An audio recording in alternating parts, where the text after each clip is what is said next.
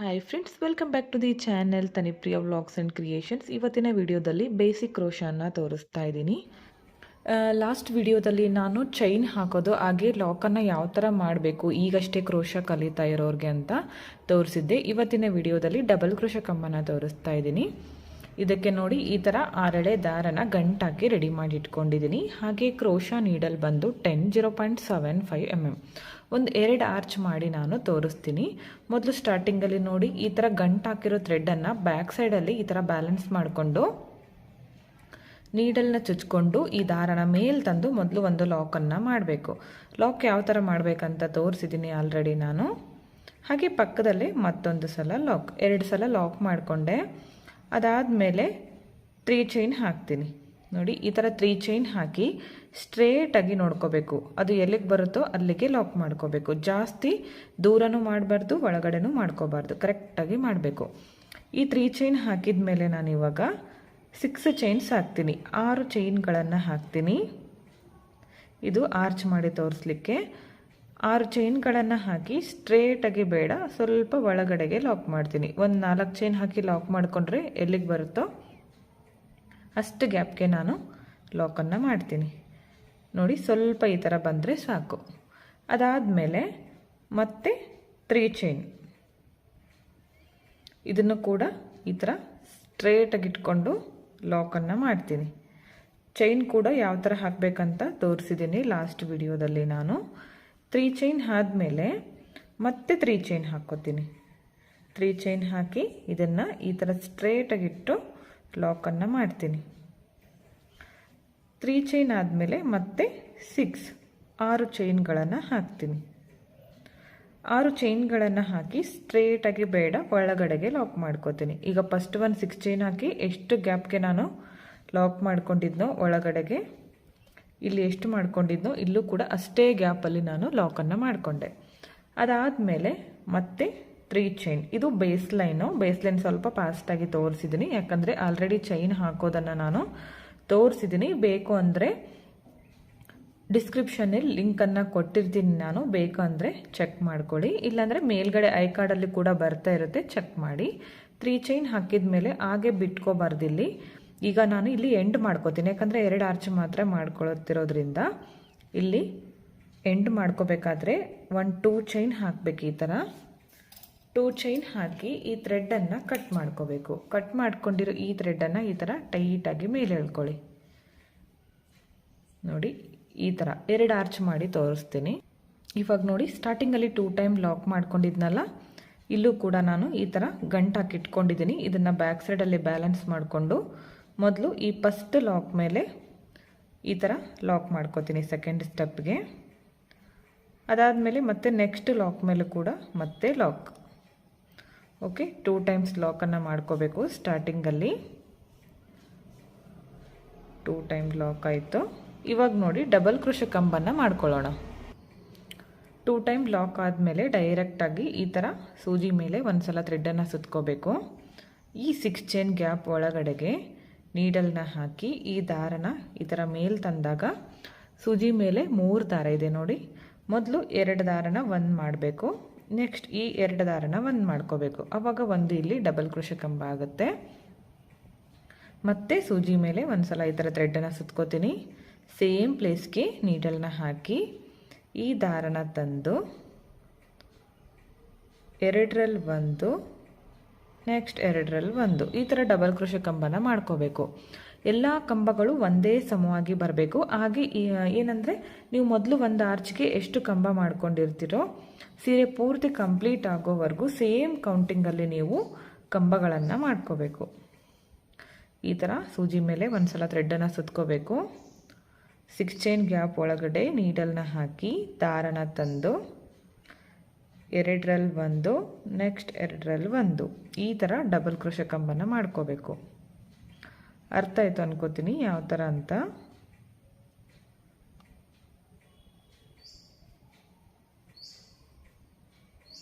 ಸೂಜಿ ಮೇಲೆ ಒಂದು ಸಲ ಥ್ರೆಡ್ಡನ್ನು ಸುತ್ಕೋಬೇಕು. 6 ಚೈನ್ ಗ್ಯಾಪ್ ಒಳಗಡೆ ನೀಡಲ್ನ ಹಾಕಿ ದಾರನ ತಂದು 2ರಲ್ಲಿ 1, ನೆಕ್ಸ್ಟ್ 2ರಲ್ಲಿ 1. ನೋಡಿ ಎಲ್ಲ ಕಂಬಗಳು ಒಂದೇ ಸಮವಾಗಿ ಬಂದಿದೆ.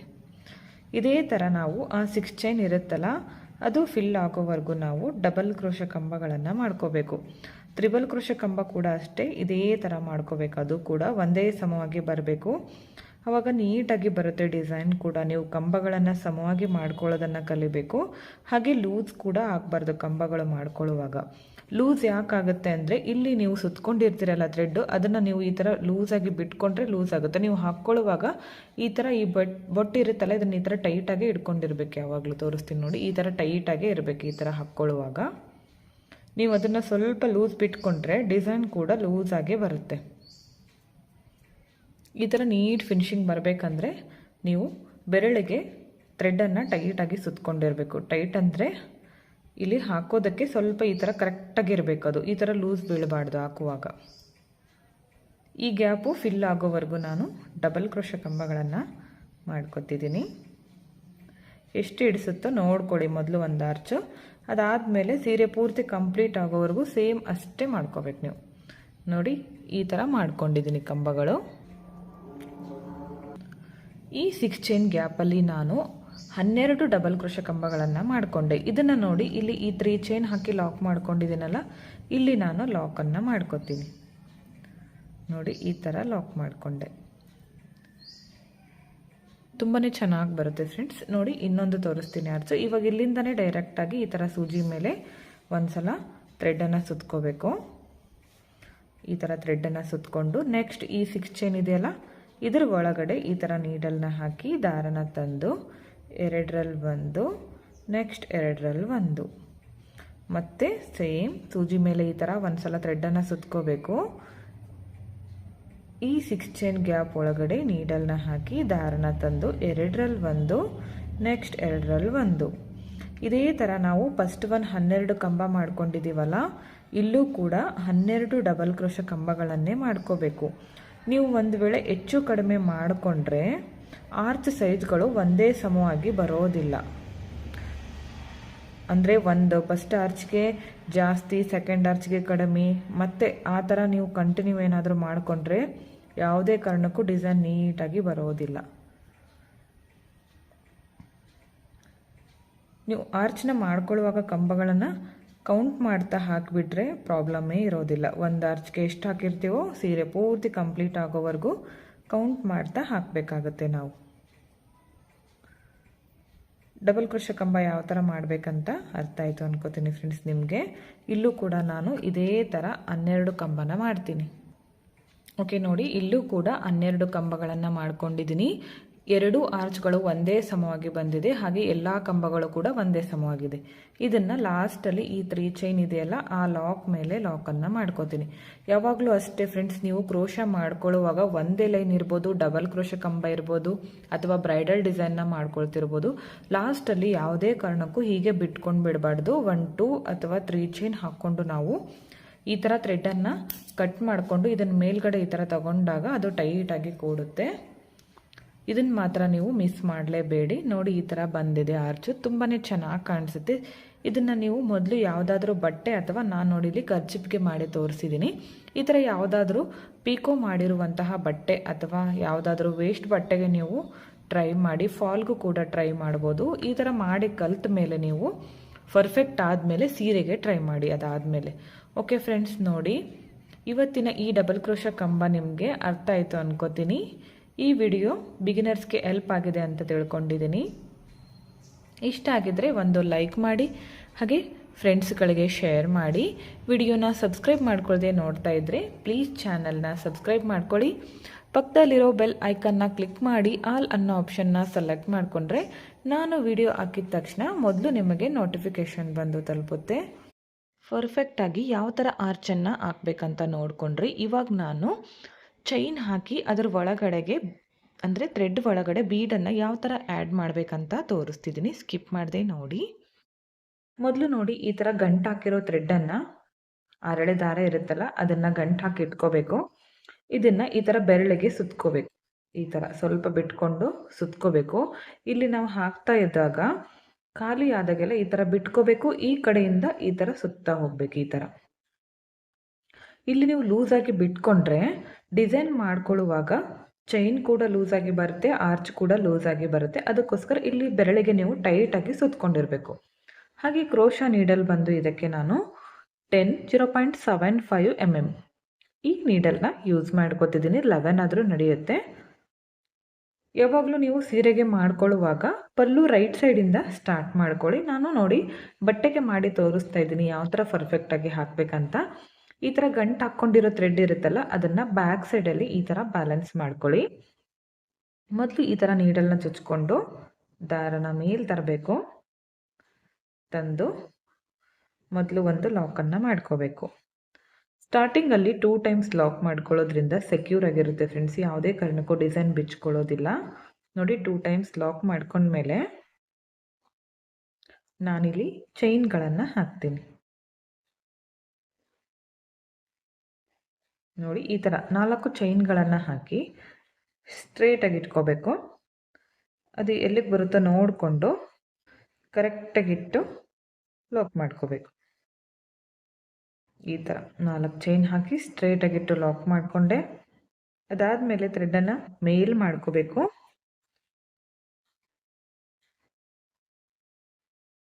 ಈ ಥರ ಬೀಡನ್ನು ಹಾಕಿ ಬೀಡನ್ನ ಲಾಕ್ ಮಾಡ್ಕೋತೀನಿ. ಇಲ್ಲಿಂದ ಈ ಥರ ಸ್ಟ್ರೇಟಾಗಿ ಇಟ್ಕೊಂಡು ಲಾಕ್ ಮಾಡ್ಕೋತೀನಿ. ನೋಡಿ ಯಾವುದೇ ರೀತಿಯ ಮುದ್ದೆ ಆಗಿಲ್ಲ, ಇಲ್ಲಿ ನೀಟಾಗಿ ಬಂದಿದೆ. ಇಲ್ಲಿಂದ ಮತ್ತೆ ಚೈನ್ಗಳನ್ನು ಹಾಕಬೇಕು. 4 ಚೈನ್ ಹಾಕ್ಕೊಂಡೆ ಸ್ಟ್ರೇಟಾಗಿ ಇಟ್ಕೊಂಡು ನೀಡಲ್ನ ಚುಚ್ಚಿ ಈ ದಾರನ ಮೇಲೆ ತಂದು ಲಾಕ್ ಮಾಡ್ಕೋಬೇಕು. ಇಲ್ಲಿ ಫಸ್ಟ್ 4 ಚೈನ್ ಹಾಕಿದರೆ ಎಲ್ಲಿ ಚೈನ್ ಹಾಕಿದ್ರು ಸೇಮ್ ಆಗಿ ಹಾಕಬೇಕು, ಆ ಡಿಸೈನ್ ಕಂಪ್ಲೀಟ್ ಆಗೋವರೆಗೂ. ಒಂದು ವೇಳೆ ಇಲ್ಲಿ 5 ಚೈನ್ ಹಾಕಿದರೆ ಇಲ್ಲೂ ಕೂಡ 5 ಚೈನ್. ಇಲ್ಲಿಂದ ಮತ್ತೆ ಥ್ರೆಡನ್ನು ಮೇಲ್ ಮಾಡಿಕೊಂಡು ಮತ್ತೆ ಬೀಡನ್ನು ಹಾಕಬೇಕು. ಬೀಡ್ ಹಾಕಿ ಬೀಡ್ ಲಾಕ್ ಸ್ಟ್ರೇಟಾಗಿ ಇಟ್ಕೊಂಡು ಲಾಕ್ ಮಾಡ್ತೀನಿ. ನೋಡಿ ಈ ಥರ.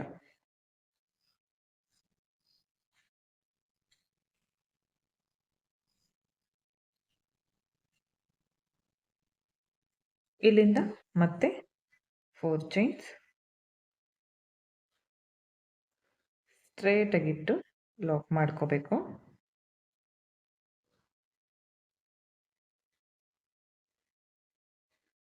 ಇಲ್ಲಿಂದ ಥ್ರೆಡನ್ನು ಮೇಲ್ ಮಾಡಬೇಕು.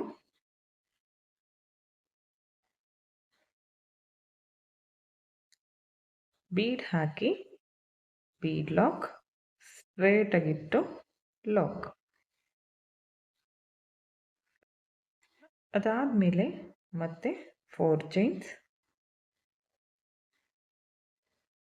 ಸ್ಟ್ರೇಟಾಗಿ ಇಟ್ಕೊಂಡು ಲಾಕ್ ಮಾಡ್ಕೊಳ್ಳಿ.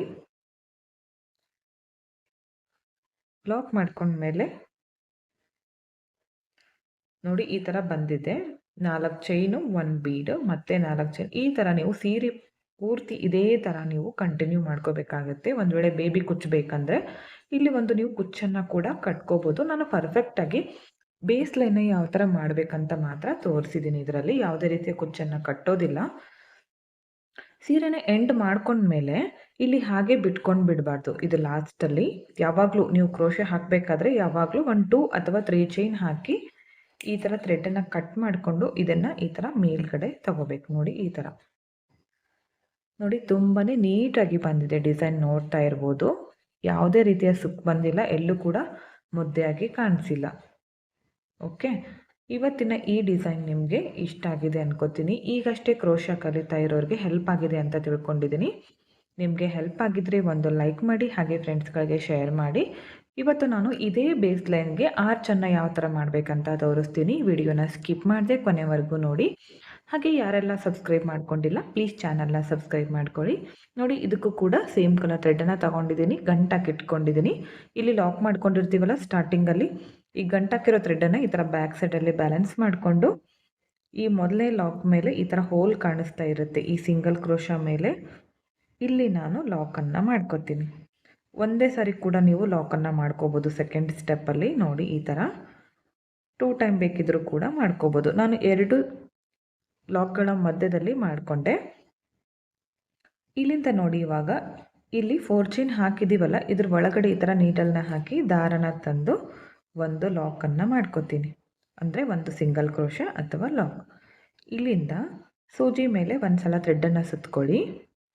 ಈ ಬೀಡ್ ಕೆಳಗಡೆ 6 ಎಳೆ ದಾರ ಬಂದಿರುತ್ತೆ, ಕಾಣಿಸ್ತಾ ಇದೆಯಲ್ಲ, ಇಲ್ಲಿ ನೀಡಲ್ನ ಹಾಕಬೇಕು ಇದ್ರ ಒಳಗಡೆ.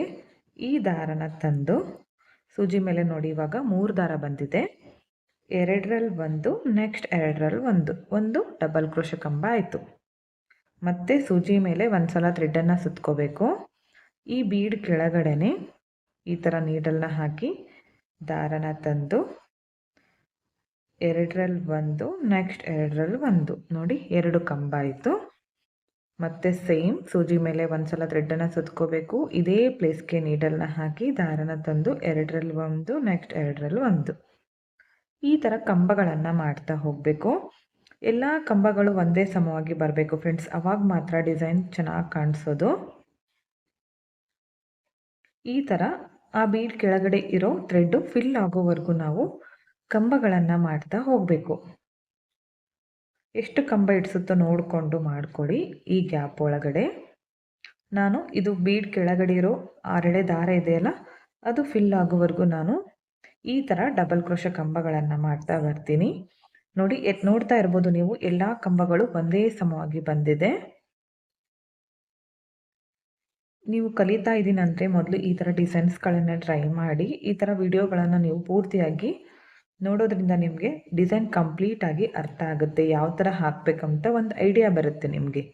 ಇದೇ ಥರ ಹಾಕಬೇಕಂತೇನಿಲ್ಲ, ನಿಮ್ಗೊಂದು ಐಡಿಯಾ ಸಿಗುತ್ತೆ ಈ ಥರ ವಿಡಿಯೋಗಳನ್ನು ನೋಡ್ತಾ ಇದ್ದರೆ. ಇನ್ನು ನಿಮಗೆ ಹೆಚ್ಚಿನ ವಿಡಿಯೋಗಳು ಬೇಕಂದರೆ ಸಬ್ಸ್ಕ್ರೈಬ್ ಬಟನ್ ಪಕ್ಕದಲ್ಲಿರೋ ಬೆಲ್ ಐಕಾನನ್ನು ಕ್ಲಿಕ್ ಮಾಡಿದರೆ ನಿಮಗೆ ಎಲ್ಲ ವಿಡಿಯೋಗಳು ಬರುತ್ತೆ. ನೋಡಿ, ಈ ಥರ ಪರ್ಫೆಕ್ಟಾಗಿ ಒಂದು ಆರ್ಚ್ ರೆಡಿ ಆಯಿತು. ಇಲ್ಲಿ ಎಷ್ಟು ಮಾಡ್ಕೊಂಡಿದ್ದೀನಿ ಅಂದರೆ, ಇಲ್ಲಿ ನಾನು 12 ಡಬಲ್ ಕ್ರೋಶ ಕಂಬಗಳನ್ನು ಮಾಡ್ಕೊಂಡಿದ್ದೀನಿ. ಇದನ್ನು ಈ 4 ಚೈನ್ ಗ್ಯಾಪ್ ಇದೆಯಲ್ಲ, ಇದ್ರ ಒಳಗಡೆಗೆ ನಾನು ಲಾಕನ್ನು ಮಾಡ್ಕೋತೀನಿ. ಈ ಥರ ನೋಡಿ, ಈ ಥರ ಇದ್ರ ಒಳಗಡೆಗೆ ಲಾಕ್ ಮಾಡಿಕೊಂಡೆ.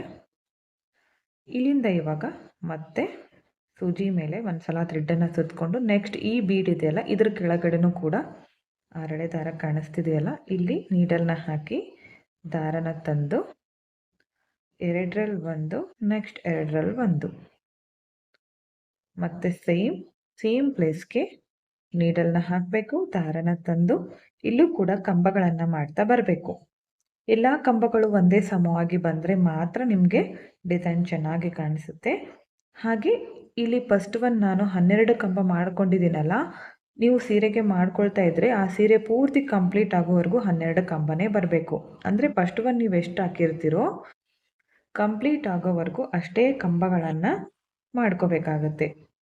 ಹೆಚ್ಚು ಕಡಿಮೆ ಮಾಡಿಕೊಂಡ್ರೆ ಆರ್ಚ್ ಡಿಸೈನ್ ಕೂಡ ಹೆಚ್ಚು ಕಡಿಮೆನೇ ಕಾಣಿಸೋದು. ಅದಕ್ಕೋಸ್ಕರ ಆದಷ್ಟು ನೀವು ಕಂಬಗಳನ್ನು ಹಾಕುವಾಗ ಕೌಂಟ್ ಮಾಡಿ ಹಾಕಿ, ಇಲ್ಲಾಂದರೆ ಆರ್ಚ್ ಕಂಪ್ಲೀಟ್ ಆದಮೇಲೆ ಅದನ್ನು ಕೌಂಟ್ ಮಾಡಿ ನೀವು ಲಾಕನ್ನು ಮಾಡ್ಕೊಳ್ಳಿ. ಡಬಲ್ ಕ್ರೋಶ ಕಂಬನ ಯಾವ ಥರ ಮಾಡಬೇಕಂತ ತೋರಿಸಿದ್ದೀನಿ, ಅರ್ಥ ಆಗಿದೆ ಅಂತ ತಿಳ್ಕೊಂಡಿದ್ದೀನಿ. ಆಲ್ರೆಡಿ ನಾನು ಬಿಗಿನರ್ಸ್ ಕ್ಲಾಸಸ್ಗಳಲ್ಲಿ ತೋರಿಸಿದ್ದೀನಿ ಪರ್ಫೆಕ್ಟಾಗಿ ಯಾವ ಥರ ಮಾಡಬೇಕಂತ ನಿಧಾನಕ್ಕೆ, ಇದಕ್ಕಿಂತ ನಿಧಾನಕ್ಕೆ ತೋರಿಸಿದ್ದೀನಿ ಅದರಲ್ಲಿ.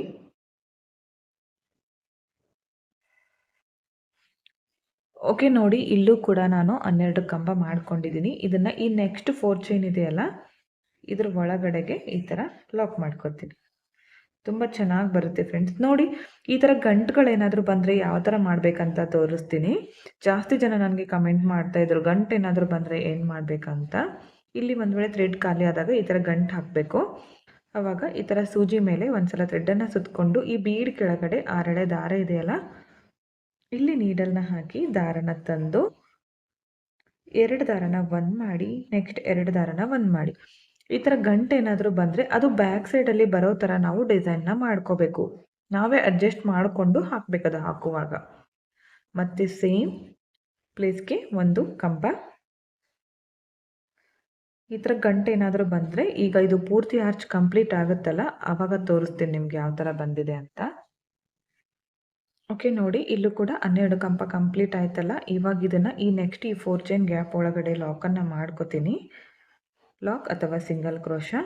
ಅದಾದಮೇಲೆ ಮತ್ತೊಂದು ಸಿಂಗಲ್ ಕ್ರೋಶೆ ಮಾಡ್ಕೋತೀನಿ ಸೇಮ್ ಪ್ಲೇಸ್ಗೆ. ಇಲ್ಲಿ ಹಾಗೆ ನಿಮಗೆ ಆರ್ಚ್ ಕಂಟಿನ್ಯೂ ಇತ್ತಂದರೆ ನೀವು ಹಾಗೆ ಕಂಟಿನ್ಯೂ ಮಾಡ್ಕೋಬೋದು. ನಾನು ಇಲ್ಲಿಗೆ ಎಂಡ್ ಮಾಡ್ಕೋತಿದ್ದೀನಲ್ಲ, ಅದಕ್ಕೋಸ್ಕರ ಇನ್ನೊಂದು ಸಿಂಗಲ್ ಕ್ರೋಶೆ ಮಾಡಿಕೊಂಡು ಈ ಲಾಕ್ ಮೇಲೆ ಒಂದು ಸಲ ಲಾಕನ್ನು ಮಾಡ್ತೀನಿ.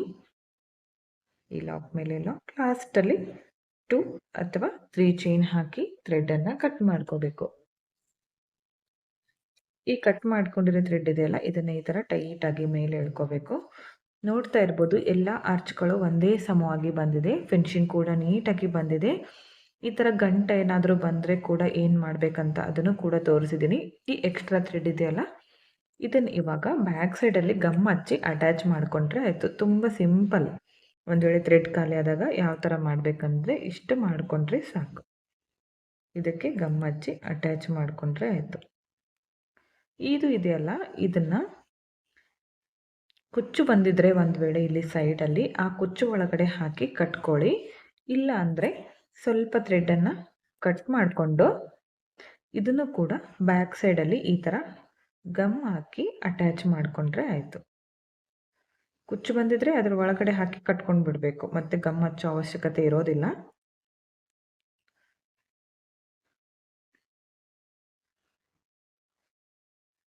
ನೋಡಿ, ಈ ಥರ ನೀವು ವಿತೌಟ್ ಕುಚ್ಚು ಕೂಡ ಇದನ್ನು ನೀವು ಟ್ರೈ ಮಾಡ್ಬೋದು. ಈ ಥರ ಪೂರ್ತಿ ಸೀರೆ ಮಾಡ್ಕೊಳ್ಳಿ, ತುಂಬಾ ಚೆನ್ನಾಗಿ ಕಾಣಿಸುತ್ತೆ ವಿತೌಟ್ ಕುಚ್ಚು.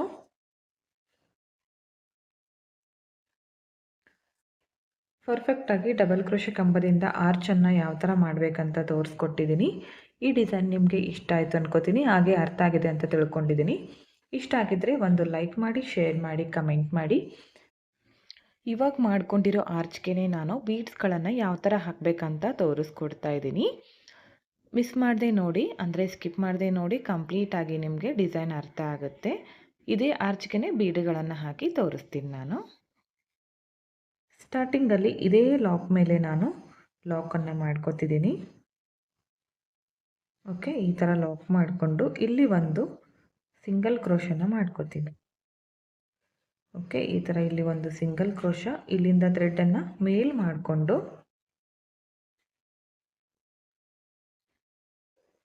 ಬೀಡ್ ಹಾಕಬೇಕು. ಬೀಡ್ ಹಾಕಿ ಈ ಆರ್ಚ್ ಮೇಲೆ ಇಲ್ಲಿ ಹೋಲ್ ಕಾಣಿಸ್ತಿದೆಯಲ್ಲ, ಇಲ್ಲಿ ಲಾಕನ್ನು ಮಾಡ್ಕೋತೀನಿ. ಈ ಥರ ಮತ್ತೆ ಥ್ರೆಡನ್ನು ಮೇಲ್ ಮಾಡ್ಕೋಬೇಕು. ಮತ್ತೆ ಒಂದು ಬೀಡನ್ನು ತಗೊಂಡು ಥ್ರೆಡ್ಗೆ ಪಾಸ್ ಮಾಡಿ ಒಂದು ಹೋಲ್ ಸ್ಕಿಪ್ ಮಾಡಿಕೊಂಡು ನೆಕ್ಸ್ಟ್ ಹೋಲ್ಗೆ ಲಾಕ್ ಮಾಡ್ಕೋಬೇಕು. ಒಂದು ಹೋಲ್ ಸ್ಕಿಪ್ ಮಾಡಿ ನೆಕ್ಸ್ಟ್ ಹೋಲ್ಗೆ ಲಾಕ್ ಮಾಡ್ಕೊಂಡಿದ್ದೀನಿ.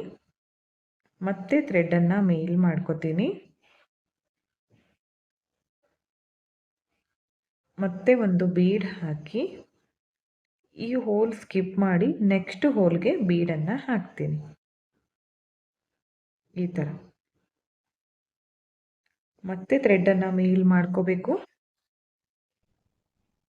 ಮತ್ತೆ ಒಂದು ಬೀಡನ್ನು ಹಾಕ್ತೀನಿ.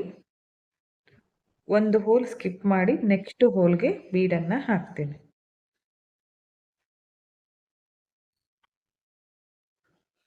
ಮತ್ತೆ ಥ್ರೆಡನ್ನು ಮೇಲ್ ಮಾಡಿಕೊಂಡು ಮತ್ತೆ ಒಂದು ಬೀಡನ್ನು ಹಾಕ್ತೀನಿ. ಈ ಒಂದು ಹೋಲನ್ನು ಸ್ಕಿಪ್ ಮಾಡಿಕೊಂಡು ನೆಕ್ಸ್ಟ್ ಹೋಲ್ಗೆ ಲಾಕ್ ಮಾಡ್ಕೋತೀನಿ. ಮತ್ತೆ ಥ್ರೆಡನ್ನು ಮೇಲ್ ಮಾಡ್ಕೋಬೇಕು. ಮತ್ತೆ ಒಂದು ಬೀಡನ್ನು ಹಾಕಿ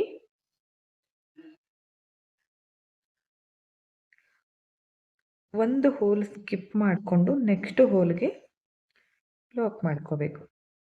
ನೋಡಿ, ಈ ಥರ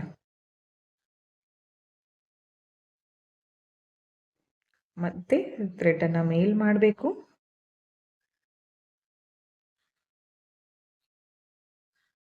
ಬೀಡ್ ಹಾಕಿ ಈ ಹೋಲ್ ಸ್ಕಿಪ್ ಮಾಡಿ ಇಲ್ಲಿ ನಾನು ಲಾಕನ್ನು ಮಾಡ್ಕೋತೀನಿ.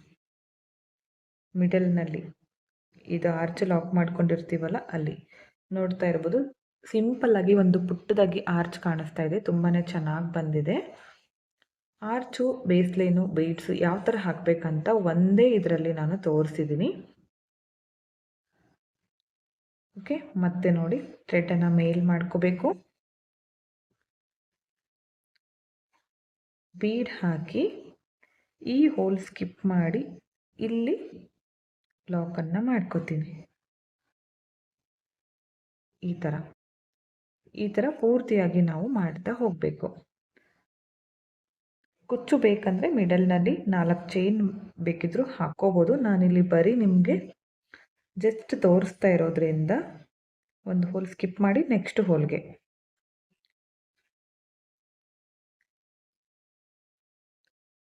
ನೀವು ಸೀರೆಗೆ ಒಂದು ವೇಳೆ ಕುಚ್ಚು ಬೇಕು ನಮಗೆ ಇದಕ್ಕೆ ಅಂದರೆ 4 ಚೈನ್ ಗ್ಯಾಪ್ ಅಷ್ಟು ಕುಚ್ಚಿಗೆ ಬಿಟ್ಕೋಬೇಕಾಗತ್ತೆ.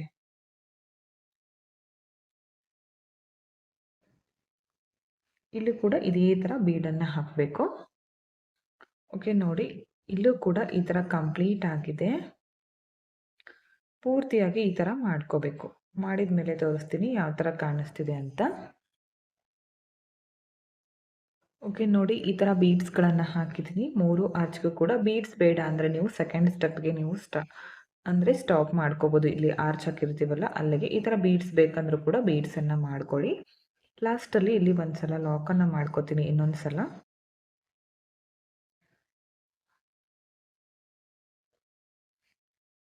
ಇಲ್ಲಿ ಲಾಕ್ ಮಾಡ್ಕೊಂಡ್ಮೇಲೆ ಲಾಸ್ಟಲ್ಲಿ ಹಾಗೆ ಬಿಟ್ಕೋಬಾರ್ದು. 1-2 ಚೈನ್ ಹಾಕಿ ಥ್ರೆಡನ್ನು ಕಟ್ ಮಾಡ್ಕೋಬೇಕು. 2 ಚೈನ್ ಹಾಕಿ ಈ ಥ್ರೆಡನ್ನು ಕಟ್ ಮಾಡ್ಕೋತೀನಿ. ಈ ಥರ ಎಳ್ಕೋಬೇಕು ಇದನ್ನು ಮೇಲ್ಗಡೆ.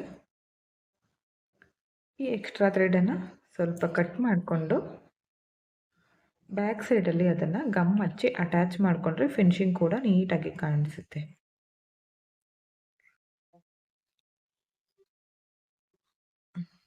ನೋಡಿ ಆರ್ಚ್ ತುಂಬಾ ನೀಟಾಗಿ ಬಂದಿದೆ. ಬಿಗಿನರ್ಸ್ಗಳಿಗೆ ಹೆಲ್ಪ್ ಆಗಿದೆ ಅಂತ ತಿಳ್ಕೊಂಡಿದ್ದೀನಿ ಈ ವಿಡಿಯೋ. ಇಷ್ಟ ಆಗಿದ್ರೆ ಒಂದು ಲೈಕ್ ಮಾಡಿ, ಶೇರ್ ಮಾಡಿ, ಕಮೆಂಟ್ ಮಾಡಿ ಫ್ರೆಂಡ್ಸ್. ಹಾಗೆ ಸಬ್ಸ್ಕ್ರೈಬ್ ಮಾಡ್ಕೊಳ್ಳಿ. ನೋಡ್ತಾ ಇದ್ದರೆ ಪ್ಲೀಸ್ ಚಾನಲ್ನ ಸಬ್ಸ್ಕ್ರೈಬ್ ಮಾಡ್ಕೊಳ್ಳಿ. ಪಕ್ಕದಲ್ಲಿರೋ ಬೆಲ್ ಐಕನ್ನ ಕ್ಲಿಕ್ ಮಾಡಿ ಆಲ್ ಅನ್ನೋ ಆಪ್ಷನ್ನ ಸೆಲೆಕ್ಟ್ ಮಾಡಿಕೊಂಡ್ರೆ ನಾನು ವಿಡಿಯೋ ಹಾಕಿದ ತಕ್ಷಣ ಮೊದಲು ನಿಮಗೆ ನೋಟಿಫಿಕೇಷನ್ ಬಂದು ತಲುಪುತ್ತೆ. ವಿಡಿಯೋನ ಸ್ಕಿಪ್ ಮಾಡದೆ ಕೊನೆವರೆಗೂ ನೋಡಿದ್ದಕ್ಕೆ thank you friends. Thank you for watching.